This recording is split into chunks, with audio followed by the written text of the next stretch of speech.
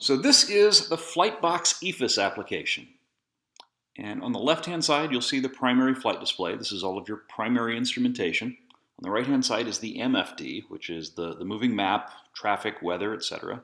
Across the bottom, you see the engine instrumentation. And then across the top, you've got status, comm radio controls, a transponder control, and something for the autopilot output, as well as in the upper right-hand corner, the main menu. Now, this is intended to be a full set of instrumentation for VFR flight. So I'm going to take you through step by step and kind of show you the basics of what we've got here. The PFD, the left-hand side of the main window, includes tapes for altitude and airspeed. It includes the attitude display. It includes your current ground track, and will include heading if we have a magnetometer hooked up to it. And it'll also give you slip and skid. So it's all of the things you'd expect. Now, kind of to walk through those one by one, on the left-hand side of the PFD, you see our current airspeed, which is 0 because we're sitting still. At the top of that, you see the indicated airspeed bug, which is set to 135 knots. Below the main tape, you see the true airspeed value, which is 0 since we're not moving, and the ground speed, which also is 0 because we're not moving. Now the bug allows you to set an intended airspeed value, and it will actually alert you if you get off of airspeed. It won't do it when you're sitting still because it knows that you're not actually flying. But let's switch over to that bug. You see I just selected it, and now I'm going to change it. So let's set it up to 160, set it down to 120. There's bugs for airspeed, altitude, and then also for heading as well. So I can jump around and I'll come over here and we'll set our altitude bug. We're going to run that up to, well, let's make it 5,500 feet. Now I'm using the rotary encoder to make those changes, our twist and click interface. There's also a way to do that manually. In fact, let me do that now. I'll tap the bug and you'll see the manual encoder shows up, and you can just spin that around and make adjustments as you need. It's a little bit awkward compared to using the neat rotary encoder that we've got, but it works. So there, go ahead and set it back to 5,500. Now, I can sort of switch over to another value. Let's pop down here, and there's our QNH value. Now, the QNH, or Colesman window value, is automatically set by the closest METAR. In this case, it's set to 30.70 inches of mercury. Now, that's showing 950 feet, which is exactly right. That's correct for my current altitude. But let's say we were given an altimeter value of 31.2. So we can go ahead and just run that on up. And there we go, 31.2 inches of mercury. And again, as soon as it gets a new METAR value that's closer or newer than the last one that it had, it'll automatically update that. So generally, you don't have to mess with setting the altimeter, but it's available for you if you need to. Now we can also switch down here to our heading bug. Now heading simply is telling you what you want the current heading value to be. And it's going to, by the way, default to ground track if you don't have a magnetic compass set. So let's set our heading value to 30 degrees. And all you'll need to do in order to fly a heading of 030 is line that up with the notch you see on the display pointer. So very simple to use. Of course, attitude is the other primary function that you're going to get out of this. And if you look in the center, you'll see our attitude display. Right now we're showing level. I'm going to pitch up the instrument. So there we go. Now we're pitched up to about 10 degrees. Now we're going to rock over to the right a little bit. See some right wing down. And because this is happening without moving, you see the turn coordinator moving way out because it's an uncoordinated turn. I'm going to roll this back to level. Roll this left. Pitch back down to level. There we go. And then level this back out. So you see it shows all of the normal attitude display that you'd expect.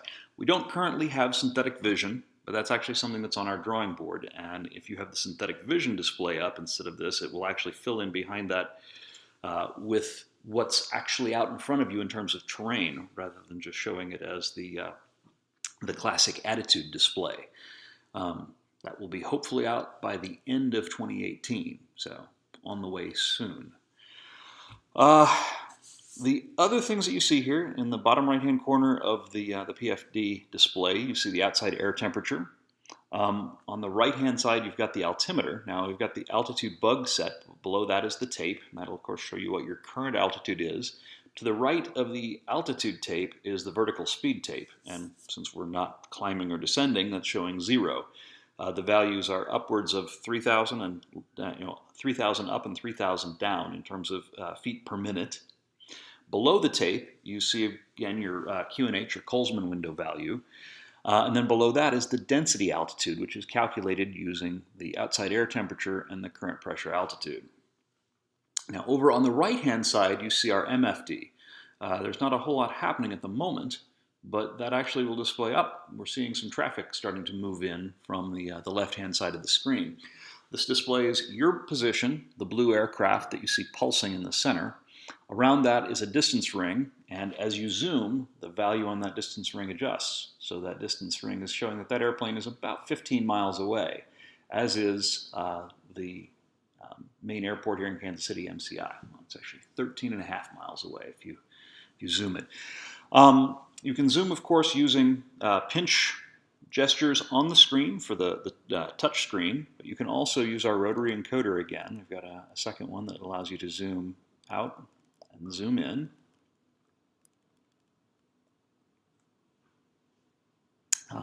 Other things that are displayed on the screen right now, in the top left-hand corner of the MFD, you've got our ground speed, GPS ground speed, and you've got our GPS altitude. Gives you the opportunity to cross-check GPS altitude with pressure altitude to make sure that everything looks sane.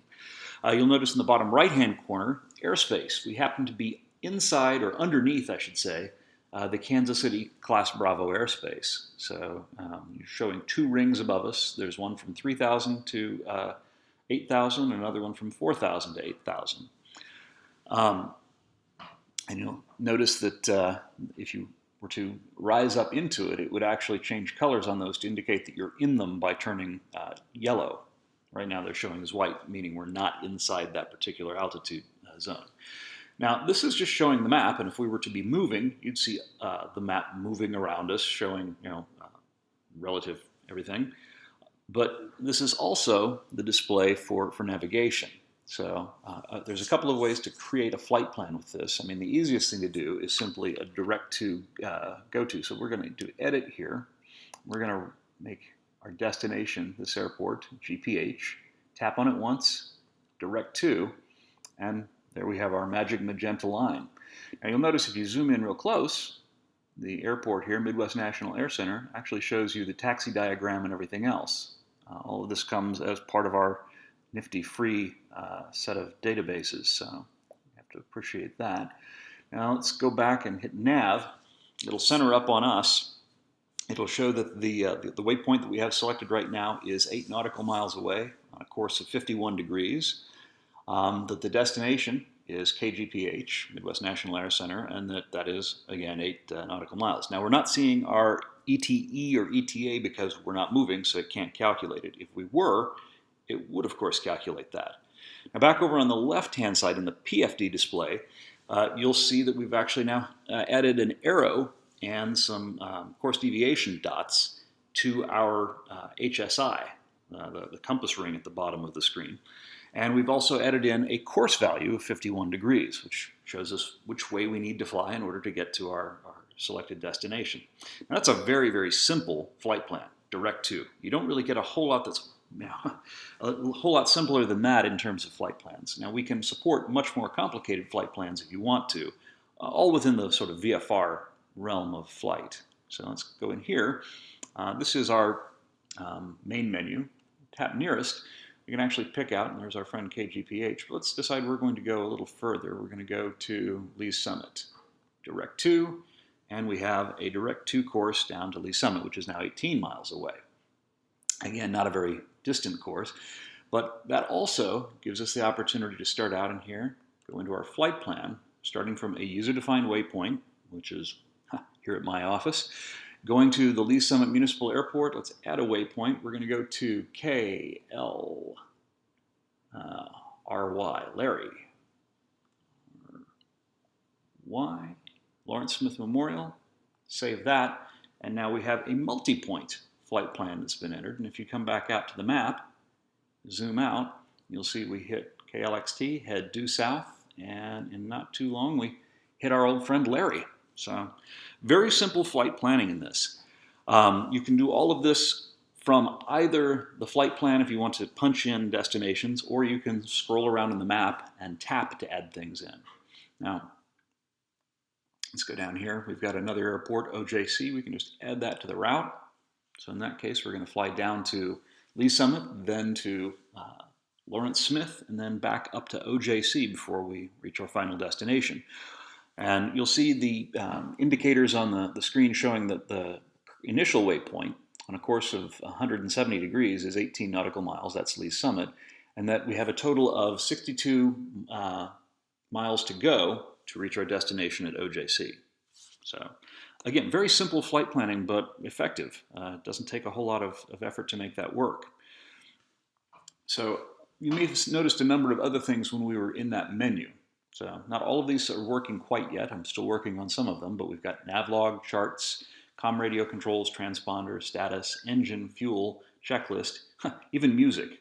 So if you wanted to go in and turn on a playlist off of the iPad that you're using here, you can do so without ever leaving the app.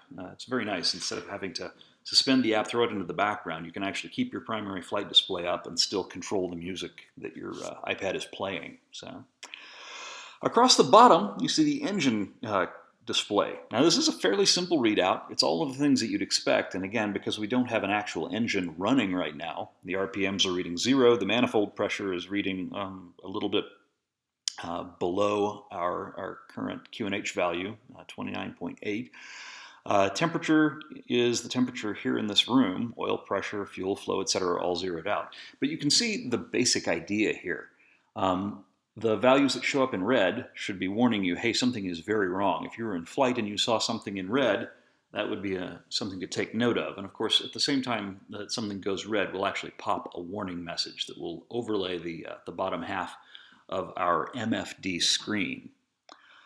If you happen to be sitting here when an airplane comes by, you'll also notice that we start getting traffic warnings. You'll hear traffic in the background, and it'll show you which airplane is a potential threat to you. And there you just noticed that a bunch of things showed up green. We just received METAR data. If you're on the ground and you're connected up to the internet, which this tablet happens to be, every few minutes it will actually pull the latest METARs. So even if you don't have ADS-B in working, you'll have access to METAR information. We'll be adding additional weather products to this as time goes by. The initial cut of this will probably have METARs and NEXRAD, but only NEXRAD over ADS-B. This isn't intended to be an EFB. It's really intended to be an active flight display. So we don't have a whole lot of internet functionality built into it, but those are things that I'm sure that we'll be adding as time goes by. I guess last but not least, across the top, you'll see we've got a set of timers, the current local time, Zulu time, and then flight time, which is the number of minutes and hours that the flight has been active for. Below that, you see some status information. We have ADS-B, but it's showing yellow because we don't actually have any towers. We're just receiving direct transmissions from aircraft. GPS is green, meaning we've got a good solid WAS lock. AHARS is green, meaning we're getting attitude data. Air data computer is green, ADC, showing we've got live air data coming in. And engine monitoring system is green, showing that we're actually getting data from the engine monitor. Now, it isn't showing that the engine monitor is, or the engine itself isn't necessarily showing all that healthy, but we are getting the data. And then the green battery indicator shows that this iPad has a full battery. Now, of course, in actual flight conditions, you'll probably want to have this plugged into ship's power through an adapter. But if it doesn't have ship's power, you'll probably get close to 2 hours out of it just using the iPad's battery. And you can actually adjust that upwards a bit by dimming the screen if possible.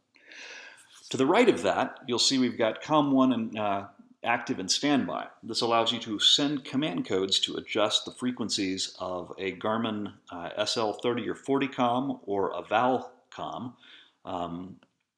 probably actually supports almost anything that uses the sort of NMEA-like command set that the Garmin SL30 and 40 use. We've tested it with the VAL and with the Garmin SL40 at this point. To the right of that is transponder. That is right now a dummy value because we don't have TMAP support added in, but we are adding that. And that will get you a lot of the experimental transponders, including the UAvionics transponders, the Dynon/Trig transponders. And then to the right of that, you see autopilot mode. Now, we don't actually have an autopilot function built into this, but we have the ability to output commands to an autopilot. So in GPS mode, it just puts out the current location, ground track, and ground speed and altitude, and that allows something like a true track or a trio to simply follow the current track.